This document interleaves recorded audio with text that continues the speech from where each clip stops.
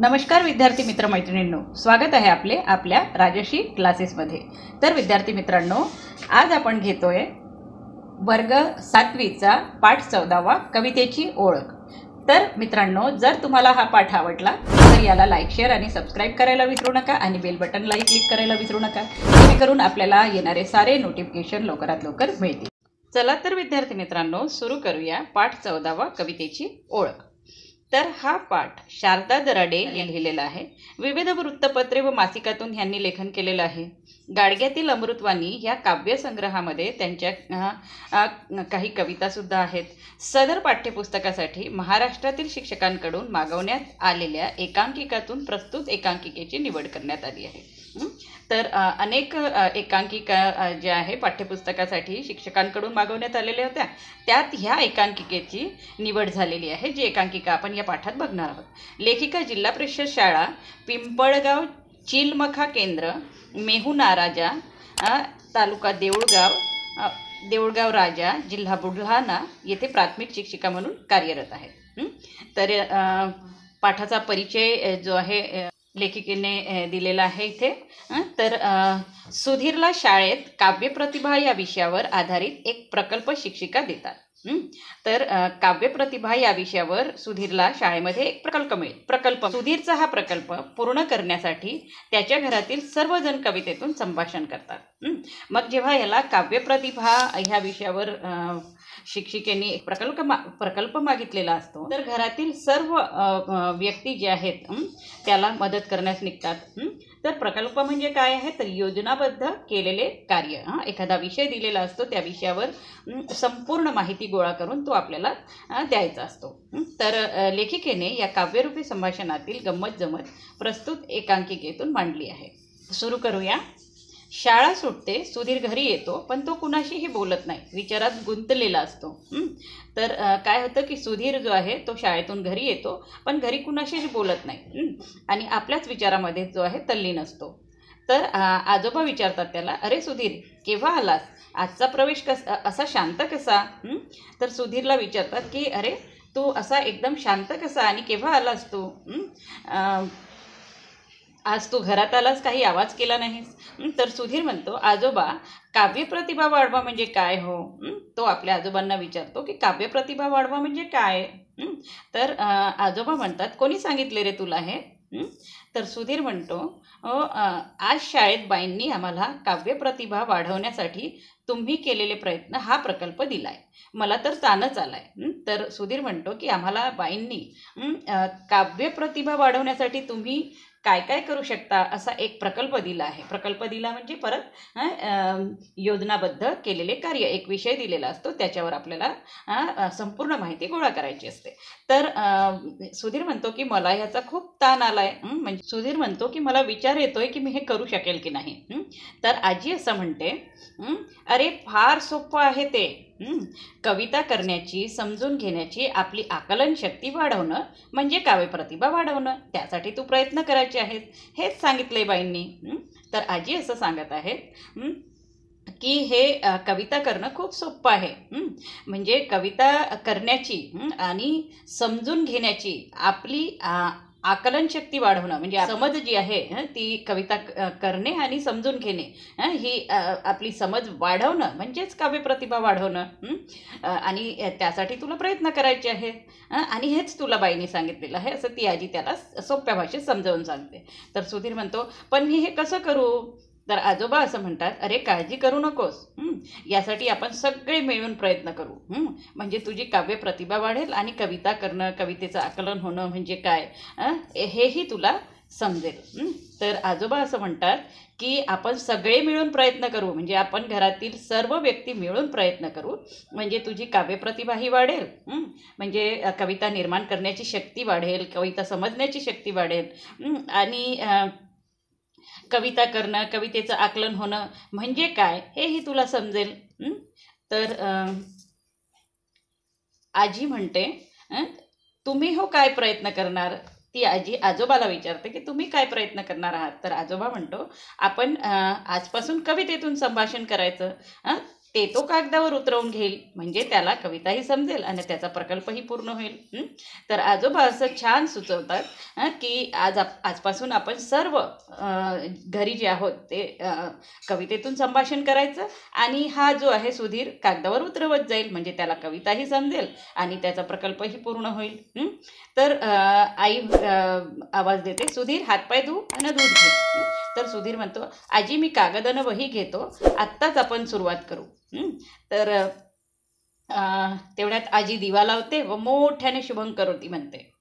तर आजी आता आजीने सुरुवात केलेली. आजी म्हणते, घरामध्ये लावते सांजवात, भाजी करते आता कांद्याची पात. तर ही यमक असं जुळवत जी आहे ती सांगते आहे की घरामध्ये लावते सांजवात. सायंकाळी जी आपण देवासमोर जी वात लावतो, तर ती सांजवात जी आहे ती लावायसाठी जाते आणि म्हणते की सांजवातही लावते आणि कांद्याच्या पातीची भाजीही करते. असं ती कवितेतून सांगण्याचा प्रयत्न करते. तर आजोबा म्हणतात, आजोबाही कवितेतून बोलायला लागतात. मग आता म्हाताऱ्याचा वाढतो वाद, नका भाजी करू त्या कांद्याची पात. तर आजोबा काय म्हणतात की ही भाजी खाल्ल्याने माझा वात वाढेल. वात म्हणजे हा एक आजार आहे ज्याच्यामध्ये हातपाय सांधेदुखी जी आहे सुरू होते आपल्याला. तर आजोबा म्हणतात की ही भाजी करू नको, त्याच्याने माझा वात वाढेल कांद्याच्या पातीची. तर तेही यमक जुळवत जे आहे मजेशीरपणे जे आहे ते सांगतात. तर आजी म्हणते, कधीतरी कशाला म्हणतील का हो, मी सांगितलेल्या भाजीला नेहमीच देतात खो. तर आजी म्हणते, आजी ही कवितेतून सांगत आहे की ती म्हणते, कधीतरी म्हणतील का हो मी काही करायला गेले तर, आणि मी जेव्हा काही कोणती भाजी बनवायला घेतली की त्याला हे नाहीच म्हणतात, असं ती त्या कवितेतून सांगते आहे. तर सुधीर म्हणतो, ए माझी सुपर आजी तुला आवडेल ती कर भाजी. तोही कवितेतून बोलायला लागलाय. तो म्हणतो की ए माझी सुपर आजी तुला आवडेल ती कर भाजी. आजोबा म्हणतात, तू बनव भाजी छान छान चवळी, ए सुधीर आण रे इकडे दाताची कवळी. चवळी आणि कवळी हे यमक जे आहे ह्यामध्ये जुळत आहे. तर आजोबा असं म्हणतात, खूप छान पद्धतीने सांगत आहेत की तू बनव चवळीची भाजी, पण सुधीर आण रे माझी कवळी, दातांची कवळी. दातांची कवळी म्हणजे दाताचा साचा असतो एक, जो आपले दात तुटली की आपण तो बसवतो. तर आजी म्हणते, बरं बाई तुमची इच्छा हाच ध्यास, माझी बनवते चवळीची भाजी बनवते चवळीची खास. तर आजी ही कवितेत सांगते आहे, ठीक आहे मी तुमची इच्छा जी आहे तेच मी करणार आहे आणि चवळीचीच भाजी मी खास पद्धतीने बनवणार आहे. सगळेजण खो खो हसतात. बाबांची रात्रपाळी असते. आता सगळेजण जे आहे हे ऐकून हसतात आणि बाबांची रात्रपाळी म्हणजे त्यांची जी ड्युटी आहे त्यात त्यांचा रात्रीची ड्युटी असते. तर त्यांना ऑफिस दिसत असतं. तर बाबा म्हणतात, अगं आई पटकन खायला दे ना ग काही, मला ऑफिसला जाण्याची घाई, नाही तर बॉस करू देणार नाही सही. हे सुद्धा कवितेत सांगत आहेत. आई अगं पटकन खायला दे ना काही, मला ऑफिसला जाण्याची घाई होत आहे, कारण ऑफिसमध्ये जर उशिरा गेलो तर बॉस सही करू देणार नाही. तर हेही म्हणजे त्यांना कवितेतून जे आहे संभाषण सुरू आहे त्यांचं सुद्धा बाबांचं. तर सुधीर म्हणतो, कसली घाई कसली सही, आजीनं दिलं चपाती दही. सुधीर सुद्धा कवितेत सांगतो आहे, कसली घाई कसली सही, घाई आणि सही असं हे यमक जुळवत तो म्हणतो आहे. आजीनं दिलं चपाती दही, चपाती आणि दही, कसली सही चपाती दही हे यमक जुळवत तोही बोलतो आहे. तर आई म्हणते, काय बाई कवितेची कमाल, बोलतात नि हसतात तोंडावर धरून रुमाल. आईनी सुद्धा यमक जुळवत म्हटलेलं आहे, कशी ही कवितेची कमाल आहे. सगळेजण बोलतात आणि मग हसतात तोंडावर रुमाल धरून. इथे आई सुद्धा शब्दांच्या रचना ज्या आहे जुळवत आहेत आणि सुंदर अशा पद्धतीने तीही आपलं संभाषण करत आहे कवितेमध्ये. तर आजी म्हणते, आता सोड रे घराचा पाश, ऑफिसला जा आता सावकाश. तर आजी मुलाला म्हणते आहे की घराचा पाश म्हणजे घराचा पाश जो आहे घराबद्दलचा विचार करणं सोड आणि ऑफिसला जा सावकाश. सावकाश म्हणजे हळूवारपणे. तर बाबा ऑफिसला जातात, आजोबा फिरायला निघतात.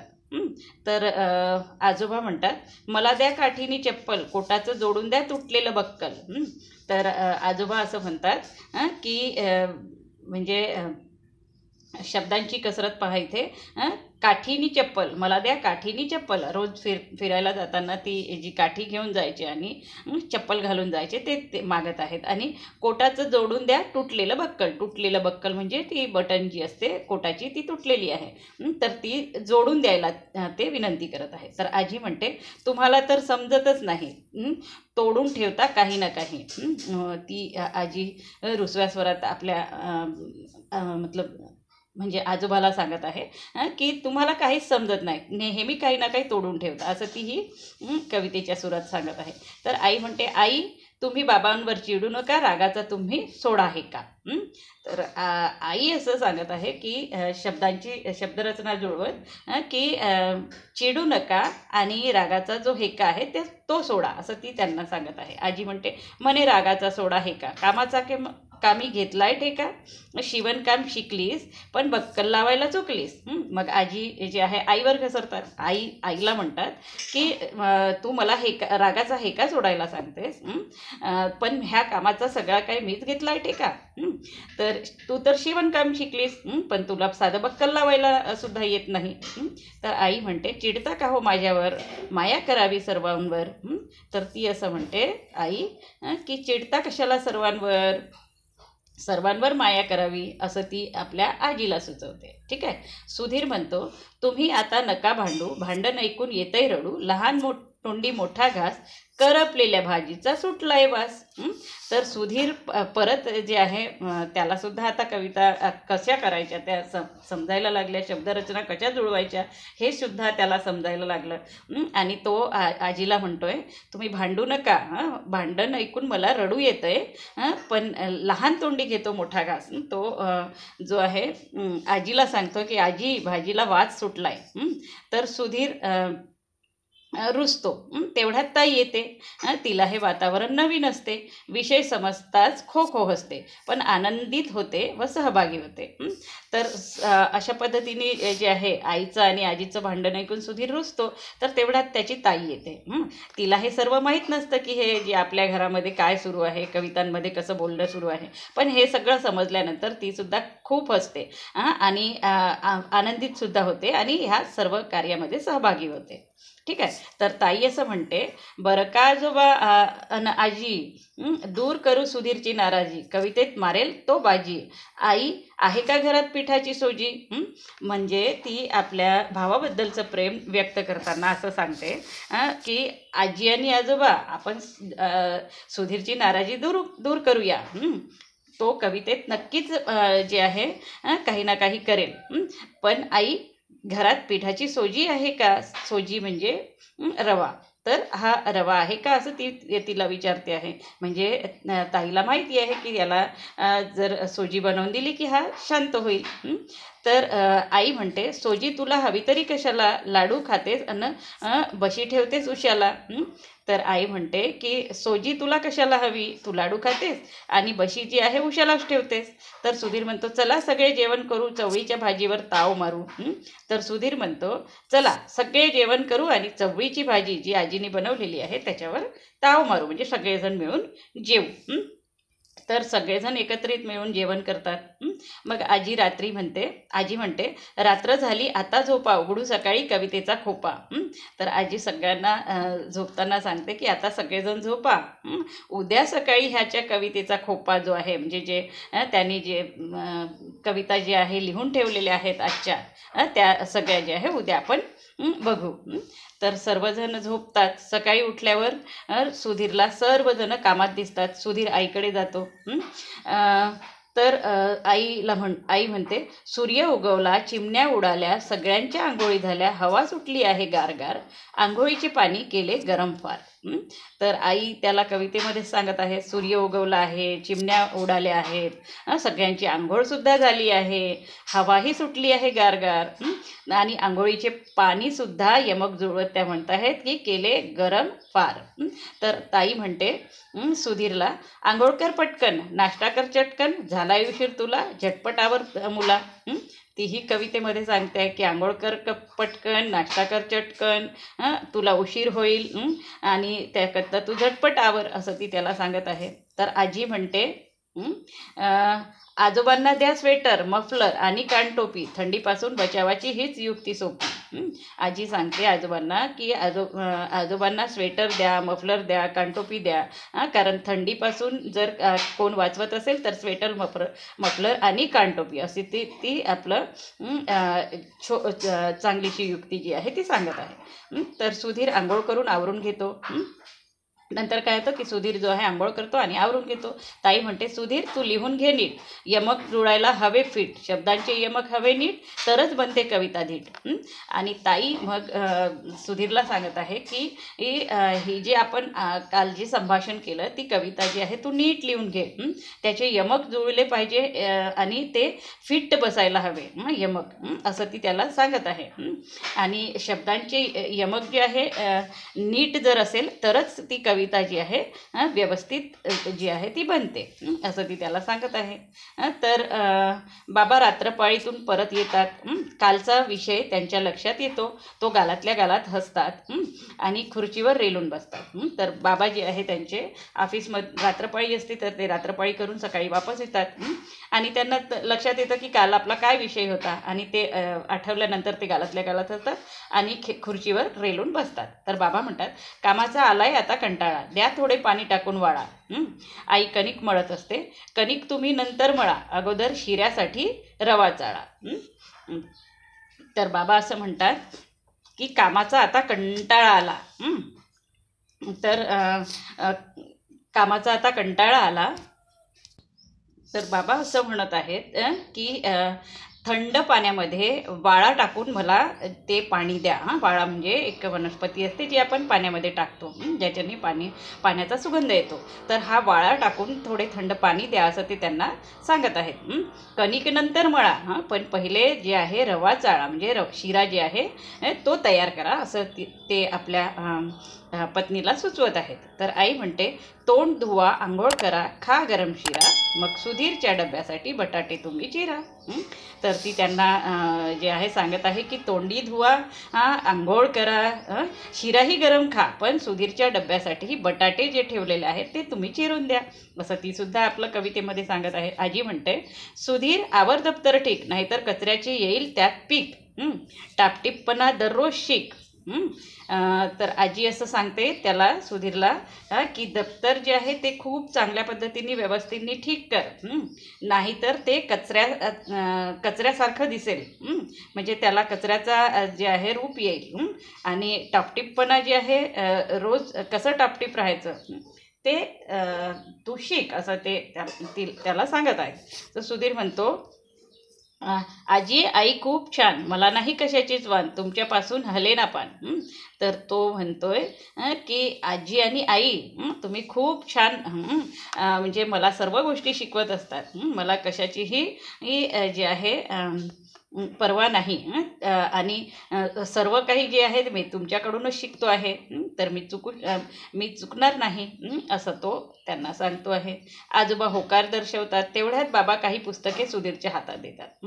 आता आजोबा जे आहे हे सर्व ऐकत असतात आणि त्याला होकार देतात, आणि तेवढ्यात बाबा काही पुस्तके सुधीरच्या हातामध्ये देतात. तर बाबा म्हणतात, बस झाला कवितेचा पाऊस, अशाने थोडीच पूर्ण होणार होस. तर ते म्हणतात की आतापर्यंत जे आपण कवितेमधून बोलत आहोत ते भरपूर झालं, ह्यानी जे आहे तुझी जे हौस आहे ते जी पूर्ण होणार नाही, तुला समजणार नाही कविता काय ते.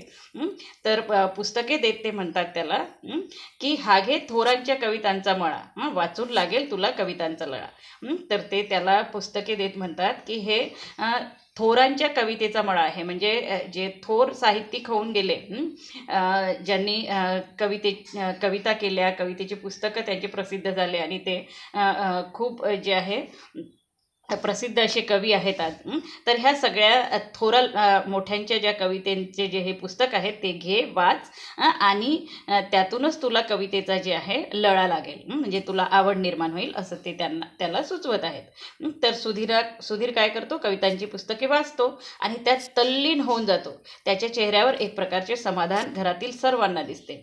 आणि हे सगळी पुस्तकं वाचताना तो एवढा तल्लीन होतो की सर्वांना जे आहे ते बघून जे आहे एक समाधान जे आहे त्याच्या चेहऱ्यावर दिसतं.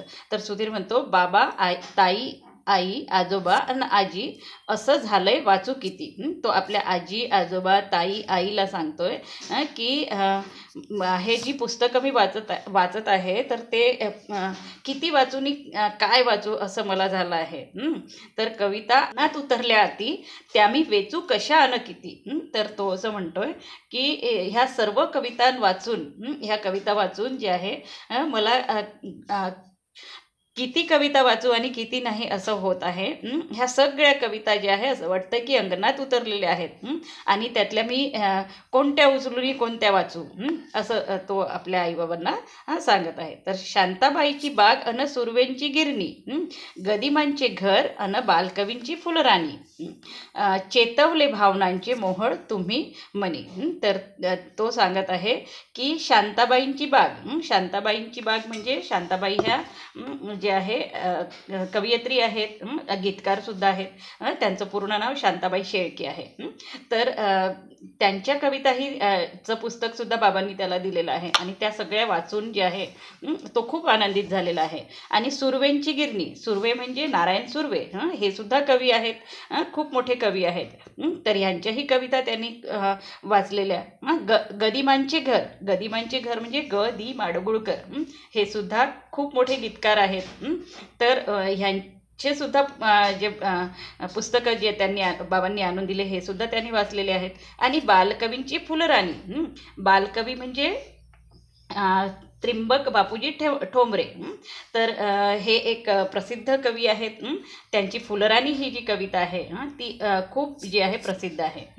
तर चेतवले भावनांचे मोहळ तुम्ही मनी. तर तो असं म्हणतो की हे सर्व कविता वाचून जे आहे तुम्ही जे आहे माझ्या भावनांचे ते फुलवलेले आहे, चेतवले आहे, म्हणजे माझ्या ज्या भावना ज्या आहे कवितेविषयीच्या त्या जागृत करून दिलेल्या आहेत.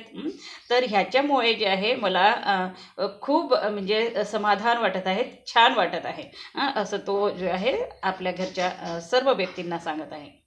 तर सर्वजण टाळ्या वाजवतात व सुधीरचे अभिनंदन करतात. आणि अशा पद्धतीने तो जो आहे आपला जो प्रकल्प आहे तो सर्वांना वाचून दाखवतो आहे. आणि त्यामुळे सगळे लोक जे आहेत हे सर्व ऐकून सर्वजण जे आहे घरातील टाळ्या वाजवत आहेत आणि सुधीरचे अभिनंदन सुद्धा करत आहेत. तर सुधीर मग तो प्रकल्प जे आहे लिहून शाळेतल्या बाईकडे सादर करतो. तर अशा पद्धतीने हा जो पाठ आहे कवितेची ओळख हा संपलेला आहे. आणि इथे स्वाध्याय दिलेली आहे. जर तुम्हाला यात काही अडचण आली तर तुम्ही मला जे आहे कॉमेंट बॉक्समध्ये लिहून पाठवू शकता. तर विद्यार्थी मित्रांनो, आशा करते की तुम्हाला हा पाठ जे आहे समजलेला असेल. तर विद्यार्थी मित्रांनो, जर आपल्याला हा व्हिडिओ आवडला असेल तर प्लीज याला लाईक, शेअर आणि सबस्क्राईब करायला विसरू नका आणि बेल बटनलाही क्लिक करायला विसरू नका, जेणेकरून आपल्याला सारे नोटिफिकेशन लवकरात लवकर मिळतील. तर धन्यवाद मित्रांनो, ह्या व्हिडिओला चांगल्या पद्धतीने ऐकल्याबद्दल.